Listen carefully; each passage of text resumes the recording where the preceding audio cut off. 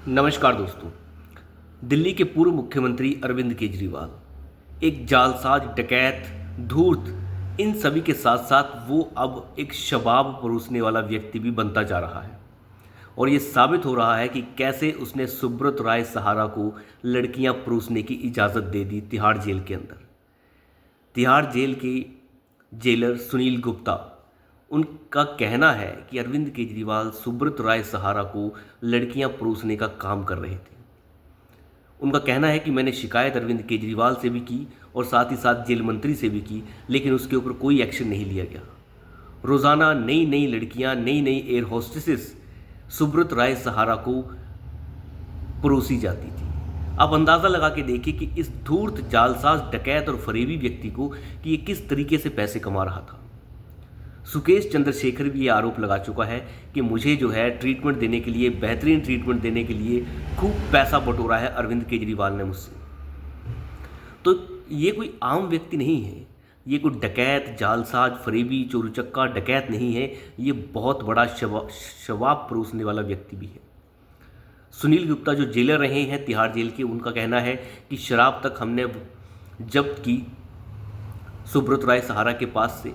लड़कियां आती थी और वो भी सेक्रेटरी के तौर पर आती थी और लड़कियां बार बार बदल कर आती थी। तो उसके क्या मायने हैं आप समझ सकते हैं। अरविंद केजरीवाल, जिसका अभी अभी शराब घोटाला सामने आया है कैग की रिपोर्ट से कि 2000 करोड़ रुपए से ज़्यादा का नुकसान जो है दिल्ली के राजस्व को हुआ।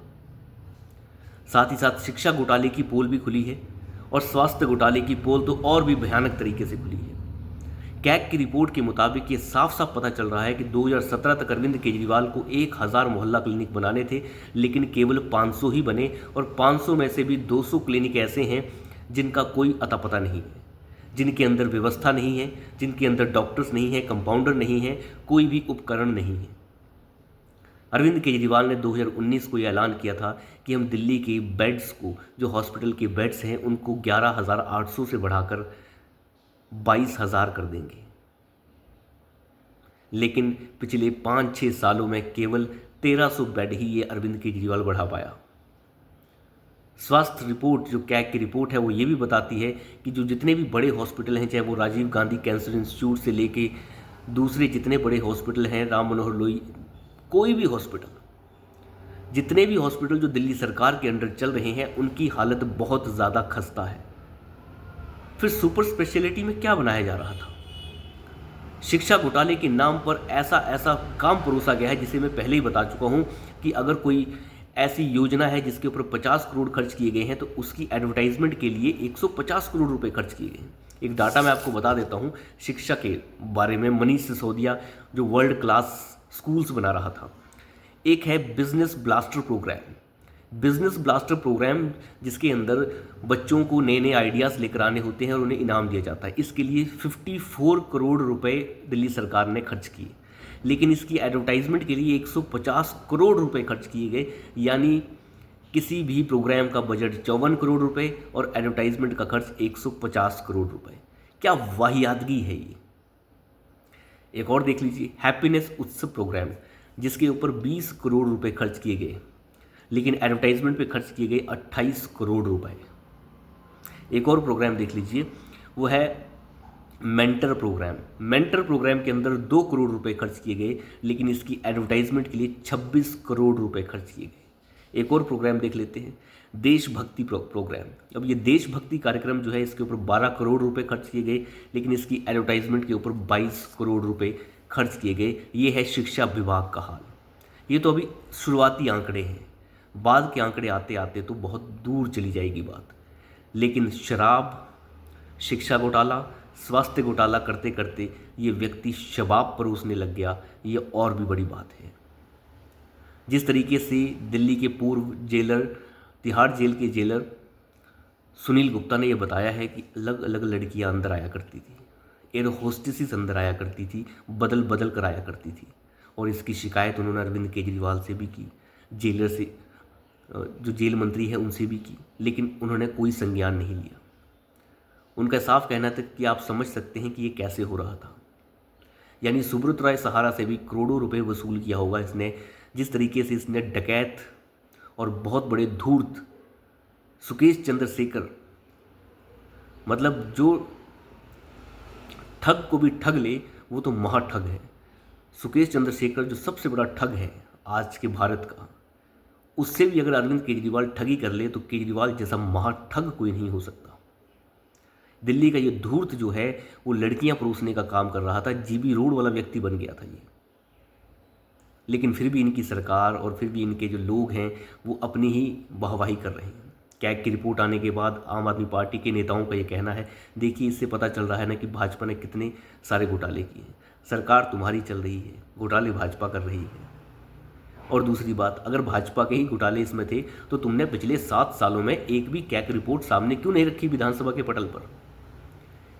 लेकिन भाजपा को भी एक संदेश है, कैग की रिपोर्ट को सामने लाना, जनता को दिखाना, ये काफ़ी नहीं होगा। इसे हर मामले में सज़ा मिलनी चाहिए और इस व्यक्ति इसकी जालसाजी को पर्दाफाश करके इसे सज़ा तक पहुंचाना ये दिल्ली सरकार का अब काम है। अगर वो इसे नहीं कर पाते हैं तो कोई मायने नहीं होंगे इसके। इसमें किसी योगी का घाटा नहीं होगा, न किसी और का घाटा होगा। घाटा होगा केवल दिल्ली सरकार का। अगर आपने सरकार बनाई है इसके घोटालों और इसके फरेबीपन और इसके डकैती के खिलाफ, तो आपको उससे अंजाम तक भी पहुंचाना होगा। शराब घोटाला तो सबने देख लिया, एक के साथ एक बोतल फ्री मिल गई। मोहल्ला क्लिनिकों का ड्रामा लोगों ने देख लिया, ये दे दिया हमने, वो दे दिया हमने, वर्ल्ड क्लास बना दिया हमने, फलाना बना दिया हमने, ढमकाना बना दिया हमने, बिजली फ्री दे दी हमने, पानी फ्री दे दिया। बस इसी तरीके की चीज़ों को एडवर्टाइज कर करके अरविंद केजरीवाल 10 साल तक राज करते रहे। धरातल पर सच्चाई शून्य के बराबर है। दिल्ली के आईएसबीटी का हाल, जो कश्मीरी गेट आईएसबीटी है, उसका हाल ये है कि थूकने का मन नहीं करेगा आपका। 2013 में जब शीला दीक्षित की विदाई हुई तो उस समय तक उसमें काफ़ी हद तक बेहतरीन काम हो चुका था, लेकिन आज उसकी इतनी सत्यानाश हालत है कि आप थूकना भी पसंद नहीं करेंगे। दिल्ली को केबल्स फ्री बनाना था, बिजली की तारों से मुक्त करना था। इस केजरीवाल जालसाज डकैत ने 13 साल में कुछ नहीं किया। दिल्ली में नल से जल की योजनाओं को लाना था, कुछ नहीं किया। दिल्ली में आयुष्मान भारत योजना को लागू नहीं किया। इस तरीके के डकैत हैं ये लोग। केजरीवाल जी कहते हैं कि आयुष्मान भारत योजना से बेहतरीन योजना हमारे पास है, तो हम क्यों लाएं उसे। अरे भैया, अगर तुम्हारी योजना बड़ी अच्छी है, कोई दिक्कत नहीं है, लेकिन लोगों को एक और योजना मिल जाएगी तो उसमें क्या दिक्कत है। अगर आप 5 लाख का बीमा आप दे रहे हैं तो 5 का केंद्र सरकार दे देगी, तो आपका क्या चला जाएगा, जनता को तो और फायदा होगा। ये इतने बड़े डकैत हैं कि किसी भी चीज़ का स्पष्टीकरण नहीं दे पाते हैं, और ऐसे लोगों का जो अंत है वो अब नज़दीक है। लेकिन इनका जो सिस्टम है, जो इनका इकोसिस्टम है, वो बड़ा बेहतरीन है। वो झूठ को सच इस तरीके से बना देता है एडवर्टाइजमेंट के माध्यम से कि आपको पता भी नहीं चलेगा। कैग की रोज़ रिपोर्ट्स आ रही हैं, लेकिन मीडिया से वो गायब रहती हैं। मीडिया भी चुप है। देखते हैं कब तक ऐसा होता है। तो अभी के लिए इतना ही। धन्यवाद।